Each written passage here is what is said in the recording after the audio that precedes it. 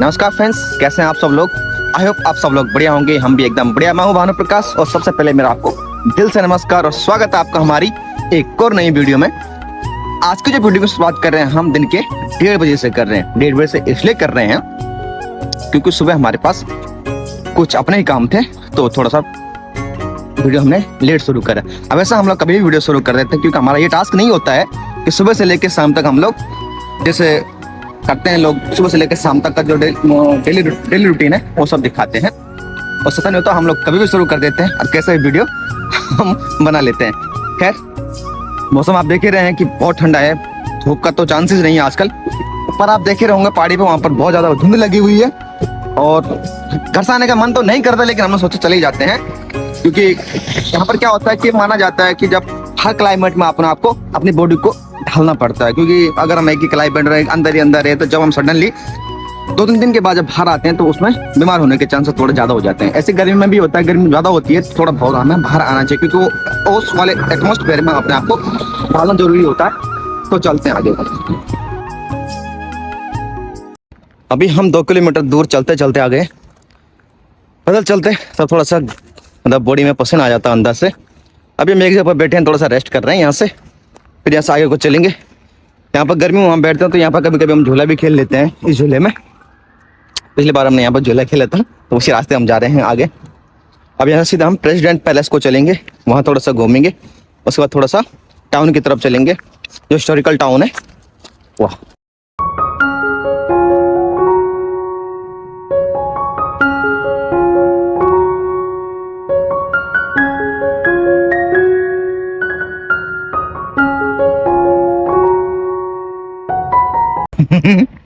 सही लग रहा है। चल भाई, किरण अपना झूला झूल रही है, मैं जरा बैठता हूँ यहाँ पर थोड़ा सा। अब जब पहले हम यहाँ पर जब रहते थे, इस एरिया में हम लोग रहते थे, तो ये जो गार्डन बना हुआ है यहाँ पर बीच में ना, उन्होंने काफ़ी ऊंचा बना रखा है, यानी कि मिट्टी का ढेर बना रखा है, तो उसमें अब तो घास जमी हुई है। लेकिन जब बर्फ़ पड़ती है ना तो छोटे छोटे बच्चे उसमें फिसलते हैं, कुछ उनके पास प्लास्टिक का कुछ ऐसा फिसलने के लिए होता है, तो उससे नीचे फिसलते हैं। तो क्योंकि बर्फ़ पड़ जाती है, मतलब आधा फीट 1-1 फीट बर्फ़ पड़ती है, तो उसमें फिसलते हैं नीचे। तो बड़ा खेलते हैं बच्चे यहाँ पर।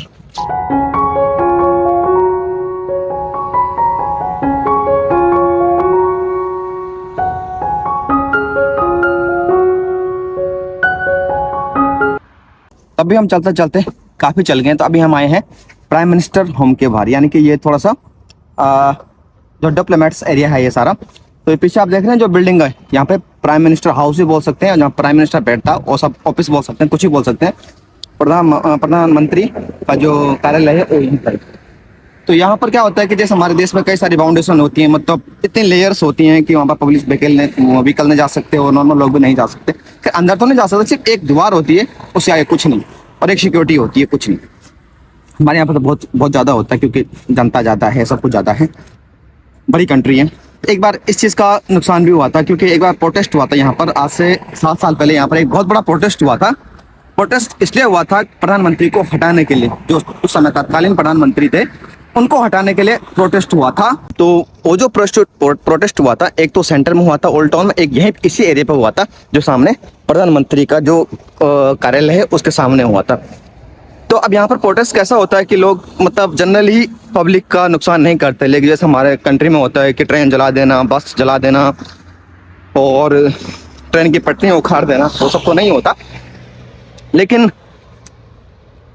वाला जो प्रोटेस्ट हुआ था वो थोड़ा सा बड़ा इसलिए हो गया था क्योंकि लोगों ने यहाँ से जब बोतल फेंकी थी सीधे अंदर गई थी, क्योंकि डिस्टेंस तो ज़्यादा है नहीं, तो कुछ ज़्यादा बैरिकेड्स भी नहीं है, कुछ भी नहीं है, तो बहुत सारी कांच की बोतल फेंकी थी। थोड़ा सा उग्र हो गया था क्योंकि प्रधानमंत्री अपना इस्तीफा नहीं दे रहे थे। तो इस्तीफा इसलिए मांग रहे थे क्योंकि उस समय पे कुछ प्रधानमंत्री ने कुछ करप्शन किया होगा, और कोई जो मीडिया वाले थे, एक लेडीज और उसका हस्बैंड वो मीडिया में थे, तो उन्होंने उसका जो भी कुछ किया होगा उसको उजागर कर दिया, और उस चक्कर में उसने उनको मरवा दिया उनके घर पे जाके, और उसमें बताया गया कि प्रधानमंत्री का भी हाथ है। जब उसमें इन्वेस्टिगेशन हुई तो पता चला कि प्रधानमंत्री का हाथ है, तब ये लोगों ने क्या करा कि उसको हटाना है कैसे भी करके इन लोगों ने सोचा। तो इतना बड़ा मतलब प्रोटेस्ट हुआ कि तीसरे दिन प्रधानमंत्री को इस्तीफा देना पड़ा उस समय पे। आप सोचिए, जनरली हमारे यहाँ ऐसा नहीं होता। फिर आज 7 साल पहले वही प्रधानमंत्री थे और आज का डेट पे 2024 में और फिर से इलेक्शन में जीत गए और आज फिर भी वही प्रधानमंत्री हैं आज के डेट पे यहाँ पर। तो ऐसा भी होता है कई बार।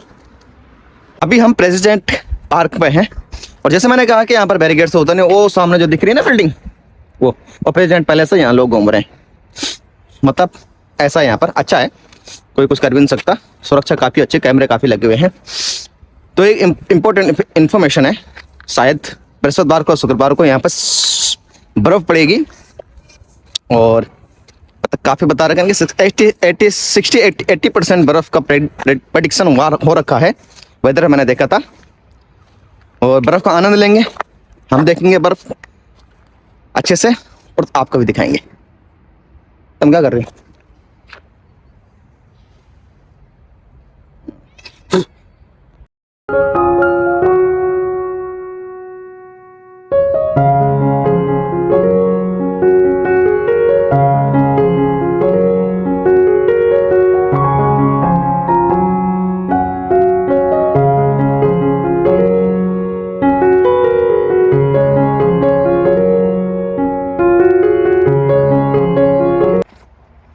यहाँ पर कुछ प्रकृति ने अपना ही कुछ रंग दिखा रखा है।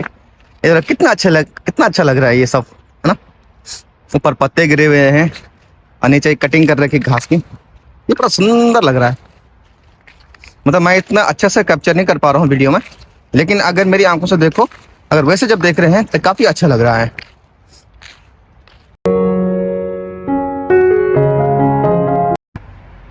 अभी सामने आप कैसल देख रहे हैं, कैसल कितनी धुंध लगी हुई है। यानी कि जब यहाँ से हम कैसल को देखते हैं तो एकदम क्रिस्टल क्लीन दिखता है। तो अभी तो भाई बहुत ही चारों तरफ धुंध लगी है, पता नहीं ऐसे धुंध जनरली लगती नहीं यहाँ पर, आजकल है। और यहाँ का प्रेसिडेंट पैलेस है, इसके बाजू हम आ गए हैं।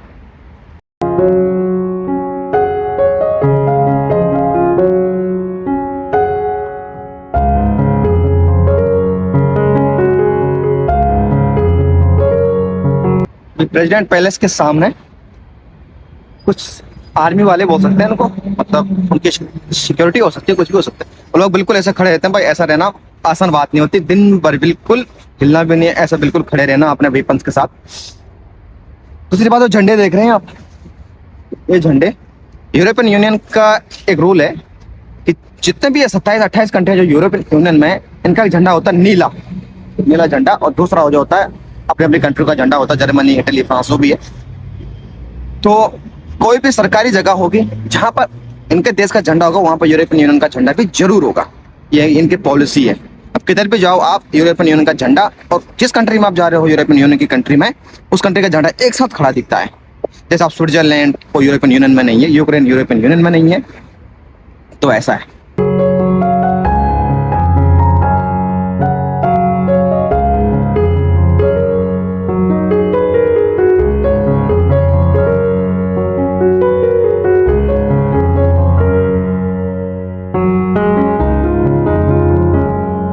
चलो जी, अभी हम यहाँ पे एंट्री कर रहे हैं ओल्ड टाउन में।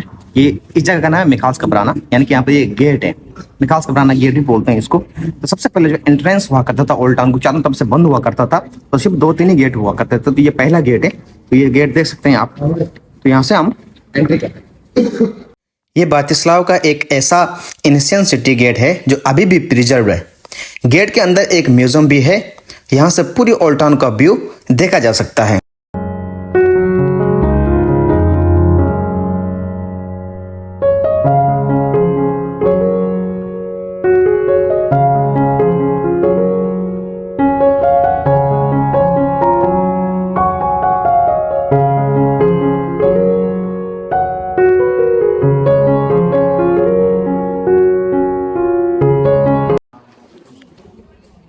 अभी हमने यहाँ पर बहुत बड़ा एक हिस्टोरिकल कैंपस देखा, यानी कि बहुत पुराना कैंपस है। यहाँ लोग बता रहे हैं कम से कम 200 से 300 साल के बीच का ये कैंपस बना हुआ उस टाइम का। तो इस कैंपस पे मतलब नॉर्थ साउथ पोल ये सबको दिखा रखा है कि रोम किस किस दिशा में है, मतलब अलग अलग कंट्री किस दिशा में है, ये सब। इतना पुराना कैंपस उन्होंने मतलब स्ट्रीट पे लगा रखा है नीचे से।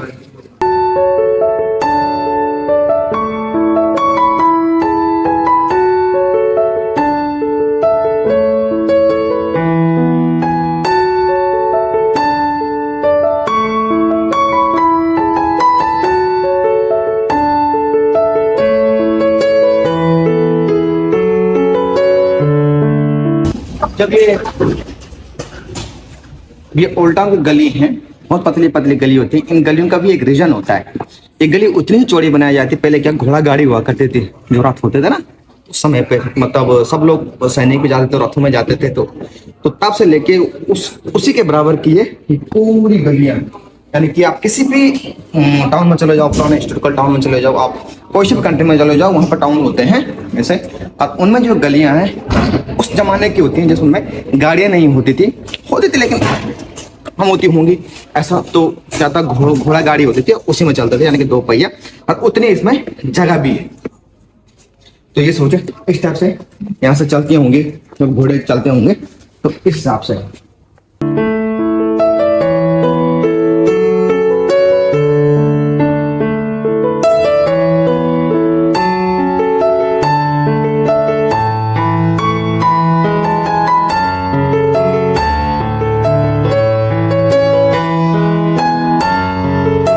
अब तो क्या होगा कि अब तो जितने भी हिस्टोरिकल बिल्डिंग है, कुछ फ्लैट में, घरों में कन्वर्ट कर दिए गए हैं, कुछ होटल्स में कन्वर्ट कर दिए गए हैं, कुछ उन्होंने म्यूजियम बना दिए हैं।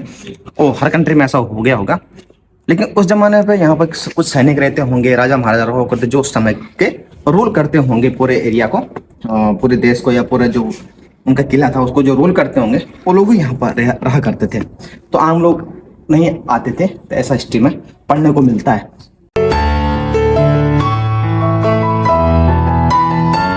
और जो आप रोड देख रहे हैं, नीचे ये गलियां दिख रही हैं, ये पूरी इसी टाइप के पत्थर से बनी है। और तब से आज तक ये ऐसी कैसी हैं, कोई रिनोवेशन नहीं हुआ है।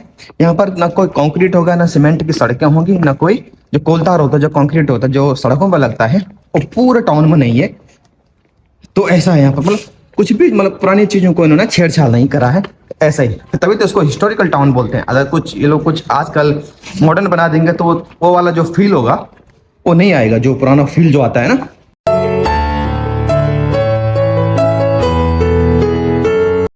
ब्रातिस्लावा ओल्ड टाउन जो है ना, ये स्लोवाक की कैपिटल भी है और हिस्टोरिकल सेंटर, और यह जगह अपनी रिच हिस्ट्री का आर्किटेक्चर के लिए भी जाना जाता है। और यहाँ के जो वाइब्रेट एटमॉस्फेयर है ना, ये भी बड़ा फेमस है। यहाँ पर चलने वाले जो नैरो केबल स्टोन के जो स्ट्रीट है, यानी कि जो छोटे छोटी जो गलियाँ हैं ना, ये बड़ी ब्यूटीफुल है और बिल्डिंग भी काफ़ी अच्छे, जो टूरिस्ट को अपनी तरफ अच्छी तरह से अट्रैक्ट कर देती हैं। यहाँ कुछ खास चीज़ें हैं जो हम सबको और आपको भी देखनी चाहिए। और यहीं पर ना एक स्टेच्यू है, जो यहाँ के लैंग्वेज में उसको चुमिल बोलते हैं, जो यहाँ पर गटर से बाहर झांकते हुए इंसान को देखता है। यह स्टेच्यू काफ़ी पॉपुलर और टूरिस्ट स्पॉट भी यहाँ पर है। और जो लाइटिंग आप देख रहे हैं, रात की जो लाइटिंग बड़ी यूनिक होती है। क्रिसमस के टाइम पे तो काफ़ी लाइटिंग का नज़ारा बहुत सुंदर ही दिखता है। जब आप ओल्ड टाउन पर आते हैं तो पूरा जो ये टाउन सिटी है बहुत जगमगाती रहती है।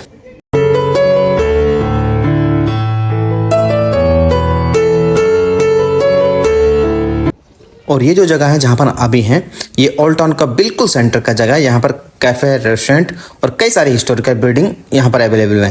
क्रिसमस के टाइम यहाँ के जो चहल पहल है ना, वो देखने को ही बनती है, जिसका आजकल क्रिसमस है। और यहाँ पर सबसे बड़ा क्रिसमस मार्केट इसी एरिया में लगता है, जो कि अभी रेडी होने जा रहा है। और पूरा ये 1.5-2 महीने तक ये क्रिसमस मार्केट चलेगा। और आजकल ठंडियों का टाइम है, तो बाहर लोगों ने हीटर लगा रखे हैं इस टाइप से, ताकि जो लोग बाहर बैठें उनको सहूलियत हो, थोड़ा सा गर्मी का एहसास।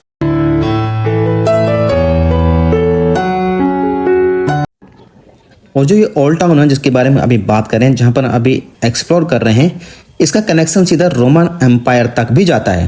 और ये इम्पोर्टेंट ट्रेड रूट हुआ करता था उस समय का, जो मिडिल एज थी उस समय हंगरी का ये पार्ट था। और उसका नाम इसका नाम जो आज स्लोवाक है, उस समय इसका नाम पोजसोनिक था।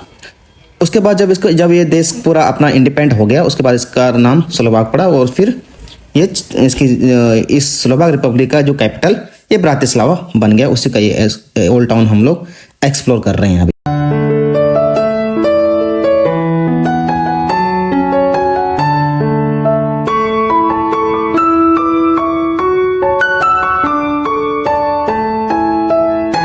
आप देख रखे हैं, जो मैंने कल बताया था कि यहाँ पर ना वो बनता है, मतलब कुक्ड वाइन बनती है। और आगे स्लोवाक के जो ट्रेडिशनल जो डिश है, वो सबसे बेसिक डिश बिंजलो हाउस की उसको बोलते हैं। आटा मैदा मिला के बनाते हैं उसको। तो यहाँ पर उसका कितने भी टूरिस्ट आते हैं यहाँ पर जरूर उसको खाते हैं। तो इन्होंने अभी से स्टार्ट कर दिया।